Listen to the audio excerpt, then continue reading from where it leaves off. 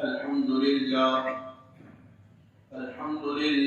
رب العالمين الرحمن الرحيم والعاقبة للمتقين والصلاة والسلام على سيد الأنبياء والمرسلين وعلى آله وأصحابه أجمعين أما بعد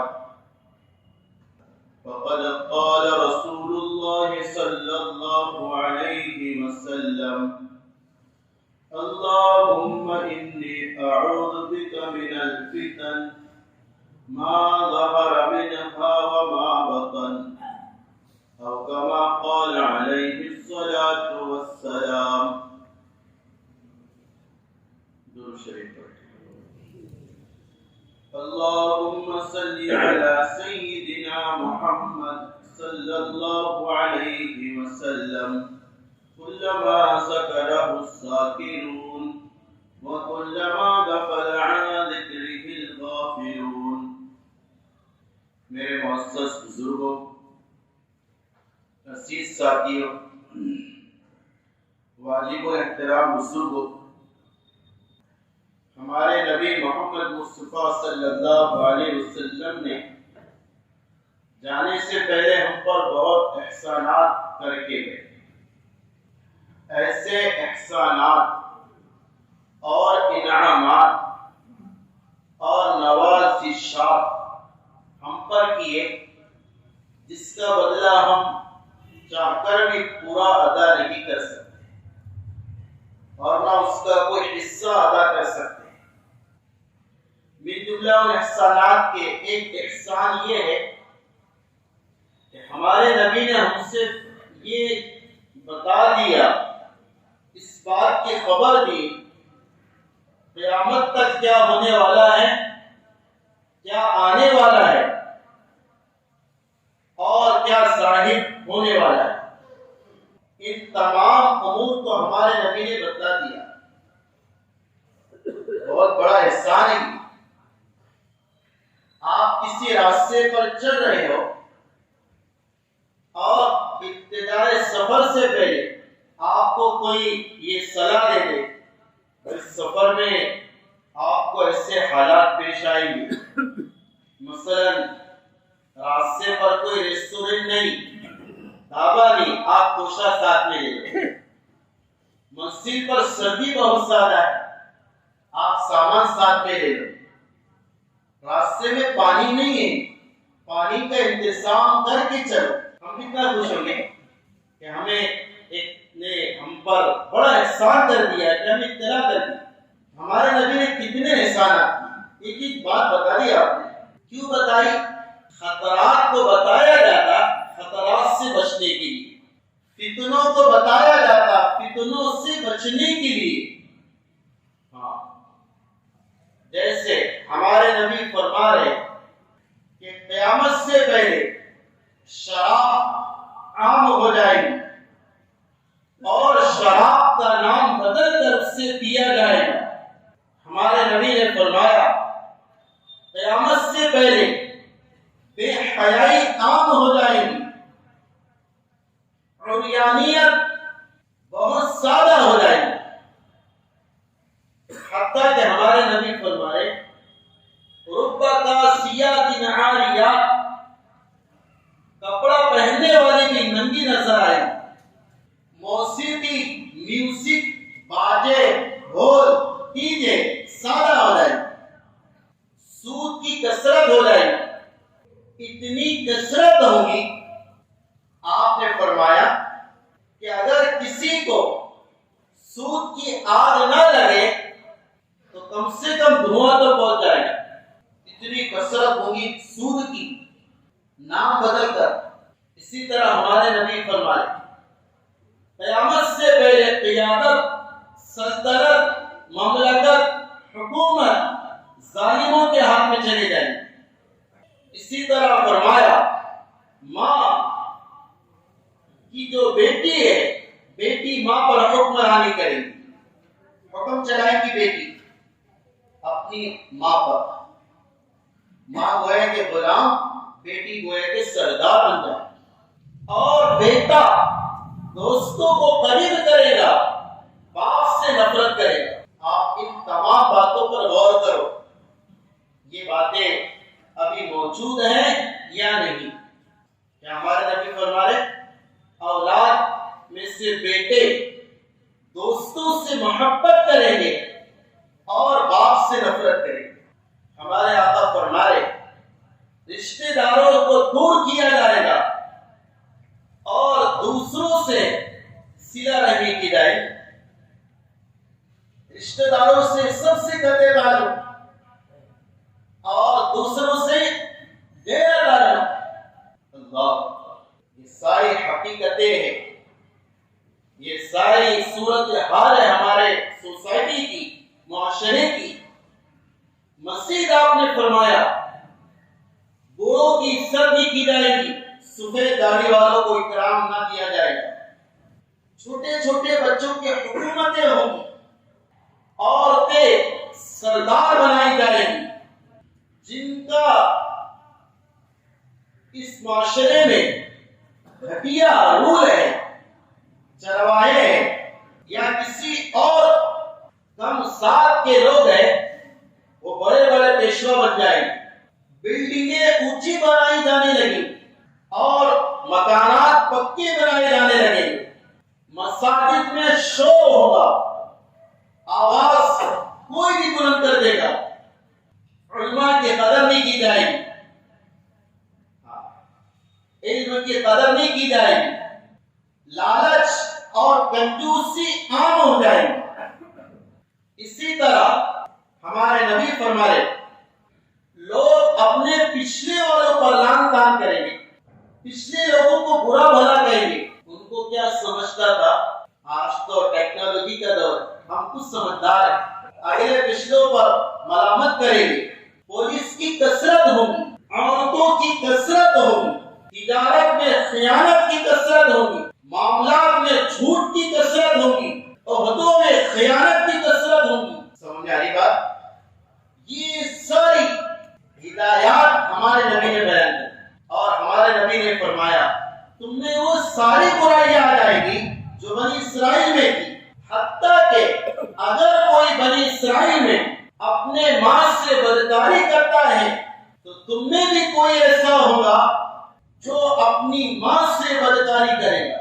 اور ہمارے نبی نے بے حیائی کا فگر بتایا کہ ایک مرد عورت شارع عام پر اور کامن پلیس پر بے حیائی کرے گا، کسی کی ہمت نہیں ہوگی اس سے کہے کہ چھپ کر جا کے کر، کسی کی ہمت نہیں ہوگی۔ الیاذ باللہ، ایسے حالات ہمارے نبی نے بتائے۔ اسی کے ساتھ ساتھ ایک بات بھی بتائی، حضرت ثوبان کی روایت رضی اللہ تعالی عنہ کہ میرے صحابہ، میں آخری نبی ہوں، میرے بعد کوئی نبی نہیں، میں خاتم النبیین ہوں، میں عاقب ہوں، میرے بعد کوئی دوسرا نہیں آنے والا، میں ماحی ہوں، کفر کو مٹانے والا، میں حاشر ہوں، سب کو میرے پاس آنا پڑے گا، جمع ہونا پڑے گا، میں محمد ہوں، اللہ نے میری تعریف کی، میں احمد ہوں، کل قیامت میں اللہ کی تعریف کروں گا۔ یہ آپ کے 5 نام بتائے اپنے، محمد، احمد، ماہی، حاشر، عاقب، یہ 5 صفت، اور بتایا پھر میں خاتم النبیین، سب سے آخر میں آیا میرے بعد 30 لوگ ایسے ہوں گے جو نبوت کا دعویٰ کریں گے، میرے بعد 30 لوگ ایسے ہوں گے جو اپنے آپ کو نبی کہیں گے۔ ہمارے نبی نے فرمایا وہ یقیناً کذاب اور دجال اور جھوٹے ہوں، تمہیں سے کوئی ان کی ابتدا نہیں کرنا، میرے بعد کوئی نبوت کا دعویٰ کرے اس کی نہ ماننا، میرے خاتم ہونے پر اور آخری ہونے پر عقیدہ رکھنا۔ اس لیے حضرت شاہ صاحب یعنی شاہ انور صاحب محدث دارالدیوبند رحمۃ اللہ علیہ فرماتے ہیں یہ عقیدہ ختم نبوت کا کہ نبی سب سے آخر ہے، آپ کی بات کوئی نہیں، ایسا عقیدہ ہے کہ بچے بچے کے سینے میں اور جوان بوڑھا مرد عورت ہر ایک کے سینے میں مضبوط رہنا چاہیے۔ کہ آج معاشرے میں اور بازار میں جھوٹے دجالوں کی کمی نہیں، جو اپنے آپ کو نبی کہہ رہے، اپنے لیے پتہ نہیں کیا کیا ہونے کے دعوے کر رہے، وہ سارے فتنے ہیں۔ دیکھو ہمارے نبی نے جو فرمایا کہ فتنے آئیں گے اور اپنے آپ کو نبی بتائیں گے، من جملہ ان میں سے ایک شکیل بن حنیف کا فتنہ ہے۔ شکیل بن حنیف یہ لعین اور کمبخت دربھنگہ کے عثمان پور کا ہے۔ ابتداءً اس نے دہلی میں اپنے قدم جمائے، لیکن وہاں سکسیس نہیں ہوا۔ وہاں سے مہاراشٹر کا علاقہ اورنگ آباد وہاں پر آیا، اور وہاں کے کچھ اس کے ماننے والوں نے اس کو کئی میٹر زمین دے دی، جہاں پر اس نے اپنی بستی قائم کیا اور وہاں پر ہیڈ کوارٹر بنایا، اور وہاں سے سارے انڈیا میں اپنا کام چلا۔ اس کا کام کیا ہے؟ وہ یہ کہتا ہے میں مہدی ہوں۔ کیا ہوں؟ حضرت مہدی، جس کے بارے میں ہم کہتے ہیں یہ قیامت کی علامات میں سے مہدی۔ کیا لفظ ہے؟ بولو، مہدی مہدی نہیں، مہدی، یہ ان کا لقب ہے۔ مہدی، مہدی کے معنی ہدایت پر رہنے والا، اور ان کا نام محمد ہے، حدیث میں آتا ہے۔ ان کے والد کا نام عبداللہ ہے، ان کی والدہ کا نام فاطمہ ہے۔ ہمارے آقا کا کیا کرم ہے، سب بتا دیا تاکہ فیوچر میں کوئی اپنے آپ کو مہدی کہے تو ان دلائل اور پروف سے اس کا مقابلہ کر سکے۔ ہمارے آقا نے کہا وہ مہدی ہوں گے، نام محمد ہوگا، اس کا نام شکیل ہے، ان کے باپ کا نام، والد کا نام عبداللہ ہوگا، اس کے باپ کا نام حنیف ہے۔ ہمارے نبی نے فرمایا وہ میرے نواسے حسن کے خاندان سے اہل بیت میں سے حضرت میں، اور یہ کم وقت پتہ نہیں اس کی نسل کا ہے۔ ایک بات آپ سے کہی، یہ چونکہ میں اس سفر میں گیا تھا نظام الدین، بڑے حالات ہیں لوگوں کے، عجیب عجیب کارگزاری ہیں، نوجوان بڑے متاثر ہو رہے ہیں، جو جن کا فری مائنڈ جو لوگ ہیں نا، وہ نئی نئی تحقیقات کو بہت فالو کر رہے ہیں۔ ہاں بھائی ایسا ہو سکتا، یہ مہدی ہے، قریب تک آ چکا فتنہ، مراٹھ والے میں آ چکا۔ سب سے آسان دلیل ہمارے نبی نے بتائی کہ جو حقیقت میں ریئل میں مہدی ہوں گے، ان کی سب سے بڑی علامت یہ ہے وہ اپنا مہدی ہونا ظاہر نہیں کریں گے، وہ اپنے آپ کو چھپائیں گے، حتیٰ کہ چھپاتے چھپاتے ایک موقع ایسا آئے گا وہ بیت اللہ کے پاس حکیم میں ہوں گے، کچھ اہل اللہ، کچھ بصیرت والے افراد علماء ان کو پہچان لیں گے یہ مہدی ہے، پھر ان کے ہاتھ پر بیعت دیں گے، وہ انکار کریں گے، انکار کی صورت میں مکہ سے مدینہ جائیں گے، پھر یہ قافلہ مدینہ جائے گا، وہ مدینہ سے یوں کر مکہ آ جائیں گے، اور پھر لوگوں کی اس مجبوری میں اور لوگوں کی اس اصرار پر ان کے ہاتھوں پر وہ علماء بیعت کریں گے اور ساری امت مسلمان بیعت کریں گے، پھر وہ اسلامی حکومت کریں گے 7 سال تک۔ یہ حضرت نبی علیہ السلام نے بتایا، سمجھے؟ حضرت مہدی اپنے آپ کو چھپائیں گے، لہذا پتہ یہ چلا سب سے بڑی جھوٹی علامت ان لوگوں کی یہ ہے کہ جو اپنے آپ کو مہدی کہیں وہ سب سے بڑا جھوٹا ہے۔ وہ کیا ہے؟ سب سے بڑا جھوٹا ہے جو اپنے آپ کو مہدی کہے۔ اور اس کم وقت نے تو ایک اور سیڑھی چڑھ کے یہ کہہ دیا میں مہدی بھی ہوں اور میں عیسیٰ علیہ السلام بھی ہوں۔ اور آپ تعجب کریں گے، آپ کو یہ کون مانے گا؟ نہیں، بہت فلاور ہو گئے ماننے والے، لائک کرنے والے، دوسرے عیسیٰ بھی مان رہے علیہ الصلوۃ والتسلیم۔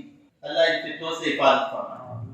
اس لیے میرے عزیزو، ایک فتنہ ہی ہے جس کے بارے میں ہمارے نبی نے کہا کہ 30 دجال آئیں گے جھوٹے جو اپنے آپ کو نبی ظاہر کریں، ماننا نہیں۔ میں تمہیں سب بتا کے جا رہا، میں نے ایک بات شروع میں کیا کہا، ہمارے نبی کے احسانات ہے، راستے پر چلنے کے سارے رول بتا کے گئے، یہ رول ہوں گے۔ اسی طرح من جملہ ان فتنوں کے فتنہ ہے انجینئر محمد علی مرزا کا فتنہ، انجینئر محمد علی مرزا کا فتنہ پڑوس ملک کا ہے، جہلم کا، اور اس کا عقیدہ یہ ہے ہر ایک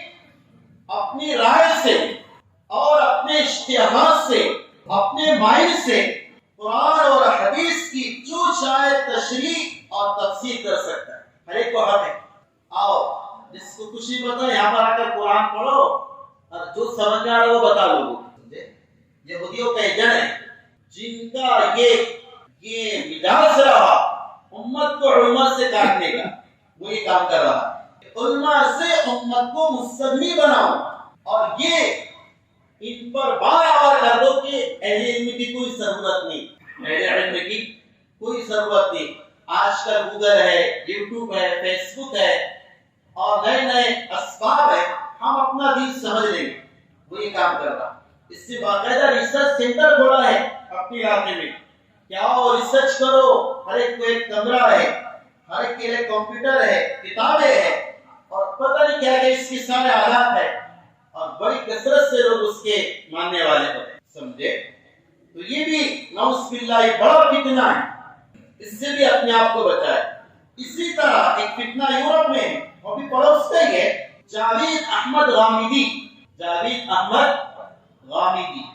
اس فتنے کے بارے میں اور اس لعین کے بارے میں اس کے عقیدے یہ ہے، وہ یہ کہتا ہے صحابہ معیار حق نہیں، صحابہ ہمارے جیسے، نعوذ باللہ من ذالک۔ اور یہ کہتا ہے یہود و نصارہ اگر نبی کا کلمہ نہ بھی پڑھے تو بھی کامیاب، اور یہ کہتا ہے قرآن کے 30 پارے نہیں 40 پارے ہیں۔ اسی طرح اس کا عقیدہ ہے کہ اسلام میں جو سزائیں ہے اس کا کوئی تصور نہیں۔ اسلام میں جو سزائیں ہے نا کہ بھئی قصاص، کسی نے کسی کو مار ڈالا اس کو مارو، کسی نے زنا کیا ہو، اگر شادی شدہ ہے تو اسے سنسار کر دو، انمیرڈ ہے اس سے 100 کوڑے لگاؤ، کوئی کسی پر تہمت لگائے اس کی سزا ہے 80 کوڑے لگاؤ، سمجھے؟ کوئی چوری کرے اس کی سزا ہے ہاتھ کاٹو۔ اسلامی حدود ہے، سزائیں ہے اور مسلم ہے کہ کم وقت کہتا ہے کہ یہ کچھ نہیں وغیرہ۔ 40 عقیدے اس کے 40 ایک عقیدہ کفر کے لیے کافی، اس لیے اس سے اپنے آپ کو بچائے۔ میں یہ اس لیے کہہ رہا آج کل یوٹیوب اور گوگل اور دیگر آلات بہت استعمال کایا کرتے کرتے انسان چلے جاتا ہے، پتہ کچھ رہتا نہیں، علماؤں سے رابطہ نہیں، اہل علم سے تعلق نہیں، اس لیے پھر متاثر ہو کر اپنے مسالک پر، اپنے علماء پر، اپنے اکابر پر شک ہونے لگتا ہے، یار وہ تو ایسا کہہ رہا یہاں تو ایسا ہے۔ اس لیے میں آپ کو یہ تنبیہ کر دے رہا، اس سے اپنے آپ کو بچائے۔ اسی طرح ایک فتنہ ہے، یہ سب زندے ہیں، جو مر چکے وہ تو بہت زیادہ ہے، زندوں کی بہن کر رہا۔ ایک فتنہ پڑوس ملک کا ہے، یونس گوہر شاہی، یونس گوہر شاہی، جس نے اپنا کلمہ ایجاد کیا اور کیا کہا؟ لا الہ الا اللہ یونس گوہر رسول اللہ، نعوذ باللہ من ذالک۔ کلمہ پڑھا لوگوں کو، خوب مال کی فراوانی ہے وہاں پر، جتنا مال چاہے آؤ ہمارے پاس، اور حسن کے بازار میں جو آنا چاہے آ جاؤ، جو چاہے آ جاؤ، ہمارا کلمہ پڑھ۔ العیاذ باللہ، یہ اور بھی اس طرح کے فتنے ہیں۔ اس لیے ہمارے نبی نے ایک بات شروع میں نے جو دعا پڑھی آپ کی اس میں بتا دی، اللہم انی اعوذ بک من الفتن، یا اللہ میں تجھ سے پناہ چاہتا ہوں فتنوں سے، تیری پناہ میں آنا چاہتا ہوں۔ فتنہ کس کو کہتے؟ فتنہ اس کو کہتے جو آزمائش کا سبب، آزمائش، یہ ساری ہماری آزمائش ہے، ساری کیا ہے؟ آزمائش ہے۔ یہ نئے نئے فتنے آ رہے، اللہ آزمانا چاہ رہے، اندر ایمان ہے یا پھر مضبوط ہے یا کمزور ہے، سر ہماری آزمائش ہے۔ اس لیے اللہ تعالیٰ نے فرمایا انما اموالکم واولادکم فتنہ، تمہارا مال اور تمہاری اولاد فتنہ ہے۔ یہاں پر فتنے کے معنی کیا ہے؟ فتنے کا معنی یہ ہے مال اور اولاد آزمائش کے اسباب ہے، اللہ دے کر بھی آزماتے ہیں اور نہ دے کر بھی آزماتے ہیں۔ اللہ نے جس سے مالدار بنایا وہ بھی آزمائش میں، اور جس سے غریب بنایا، جس سے مال نہ دے کر آزما ہے، جس سے اولاد دی وہ بھی آزمائش میں، اور جس سے اولاد کی نعمت نے دی وہ بھی آزمائش میں۔ اب تم اس میں سے کون کھڑا ہے کون کھوٹا ہے اللہ تمہیں جان لے. سمجھ میں آئی بات؟ فتنوں سے بچنا چاہیے. کیسے فتنے؟ ما ظہر منھا وما بطن. ایسے فتنے جو سب کے سامنے ظاہر ہیں اور وہ فتنے جو ہمیں پتہ نہیں. یہ تو ہمیں پتہ ہے فتنہ ہے، جیسے بے حیائی ہے، زنا ہے، میوزک ہے، عریانیت ہے، سود ہے، یہ سارے. لیکن بات چیزیں ہمارے سامنے نہیں، جیسے شیطان یہ سامنے نہیں ہے لیکن بہت بڑا فتنہ ہے. نفس نظر نہیں آتا لیکن بہت بڑا فتنہ ہے. ان تمام فتنوں سے ہمارے نبی نے پناہ چاہیے. جس کا پتہ ہو اس سے بھی پناہ مانگی اور جس کا پتہ نہ ہو اس کی بھی پناہ مانگی. اس لیے میرے عزیز سے بزرگوں دوست، میں نے شروع میں ایک بات کہی، ہمارے نبی نے ہمیں سب کچھ بتا دیا. علماء کرام کی اس بات پر اتفاق ہے یہ سارے فتنے وجود میں آ رہے اور ان کے جو ماننے والے ہیں اس کا ایک ریزن سمجھ میں آ رہا، وہ ہے اپنے اکابر اور علماء سے دوری. اپنے اکابر اور علماء سے دوری، اہل علم سے بھروسہ ہو جانا، اپنے علماء پر اعتماد کا نہ رہنا، یہ اس کی وجہ ہے. اس لیے میرے عزیز سے بزرگوں دوست، اپنے کامل ہونے کو کوئی دعویٰ نہیں کر سکتا. اپنے کمال کا کوئی دعویٰ نہیں کر سکتا کہ میں کامل ہوں، ورنہ شیطان. اس لیے بزرگ فرماتے ہیں جس نے اپنے آپ کو کامل سمجھا اسی وقت سے اس کی تنزلی اور پستی شروع ہو جاتی. حضرت محمود الحسن دیوبندی رحمۃ اللہ علیہ ایک مرتبہ تفسیر پڑھ رہے ہیں، ایک آیت آئی قرآن کی، وَأَن لَيْسَ لِلْإِنسَانِ إِلَّا مَا سَعَىٰ. اس کا ترجمہ ہے انسان کو وہی ملے گا جو اس نے کیا، دوسرے کا عمل فائدہ نہیں دے گا. اس کا یہ ترجمہ ہے. اب حضرت کو اشکال ہو گیا کہ قرآن تو کہہ رہا ہر ایک کو وہ ملے گا جو اس نے کیا، پھر ہم تو یہ صدقات کرتے مرحومین کی طرف سے اور مرحومین کی طرف سے عطیات دیتے ہیں، پھر اس کا ثواب مرحوم کو ملے گا کہ نہیں ملے گا؟ سمجھے؟ یہ اشکال پیش آ گیا حضرت کو. اور آیت تو کہی کہ کسی کو کس کا نہیں ملے گا، جو خود نے کیا وہی ملے گا. بے چین ہو گئے. کیا جواب ہے؟ دیکھو میں آپ کی اس واقعی سے ساری باتیں آپ کو سمجھ میں آ جائیں گی. اسی وقت رات میں مطالعہ کر رہے تھے، اپنے شیخ اپنے استاد حضرت گنگوئی کے پاس راتوں رات پہنچے، رات بھر خانقاہ میں گزاری. صبح فجر کے بعد حضرت سے ملاقات ہوئی. حضرت نے کہا کیا وجہ بنی راتوں رات آنے؟ کہا کہ حضرت قرآن پڑھ رہا تھا، تفسیر یہ آیت آ گئی، مطلب سمجھ میں نہیں آ رہا، دل میں شک ہو رہا، کیا مطلب ہے؟ حدیث کچھ اور کہہ رہی، قرآن کچھ اور کہہ رہا، آپ سمجھا دے. تو دیکھو اللہ طلب پر دے دیتا ہے. حضرت نے ایسا جواب دیا کہ محمود الحسن قرآن نے جو فرمایا وَأَن لَيْسَ لِلْإِنسَانِ إِلَّا مَا سَعَىٰ، انسان کو وہ ملے گا جو اس نے کیا. اس آیت کا تعلق ایمان اور کفر سے، اس آیت کا تعلق کس سے ہے؟ ایمان اور کفر سے ہے کہ ایک کا ایمان اسی کو فائدہ دے گا، دوسرے کے کام نہیں آئے گا اگر وہ کافر ہے. چاہے باپ ایمان والا ہو بیٹا کافر ہو تو باپ کا ایمان بیٹے کو فائدہ نہیں دے گا. چاہے ایمان والا باپ نبی کیوں نہ ہو، نوح علیہ السلام جیسے، اور بیٹا کافر کیوں نہ ہو تو بھی باپ کا ایمان بیٹے کو فائدہ نہیں دے گا. یہ آیت کا مطلب ہے کہ ہر ایک کے لیے وہ ایمان ہے جو اس نے کوشش سے مجاہدے سے بنا لیا، دوسرے کا ایمان اس کے کام نہیں آئے گا. یہ جواب سنا اپنے استاد سے اتنا اطمینان ہوا اور ایک جملہ کہا کہ حضرت اگر محمود الحسن گنگوئی اس عقیدے پر مر جاتا کہ دوسرے کا ثواب دوسرے کو نہیں پہنچتا، اس سارے ثواب کی کوئی حقیقت نہیں، اگر یہ عقیدے پر مر جاتا تو جہنم میں چلے جائے. سمجھے؟ ایسے شبہات پیدا کریں گے لوگ اور ایسے اعتراضات پیدا کریں گے. اس لیے میرا عزیز سے بزرگ دوستوں خلاصہ کلام یہ ہے، بہت سادہ فتنے ہیں، بہت سادہ ظاہر باطن سب کچھ ہے. ہمارے آپ سے رائے اپنے علماء سے جس سے آپ کو عقیدہ ہے ان سے وابستہ رہیں. گوگل انٹرنیٹ اس کا استعمال ضرورت کے درجے میں کریں. اگر استعمال میں کوئی چیز سوال کی ہو اپنے کسی معتبر عالم علماء سے تحقیق کر لے، اپنے آپ کو ریسرچ کرنے والا نہ بنائے، چھوٹے بن کے چلے، اپنے آپ کو بڑا کبھی نہ سمجھے۔ اللہ تعالیٰ ان باتوں پر مجھے اور آپ کو عمل کی توفیق عطا فرمائے۔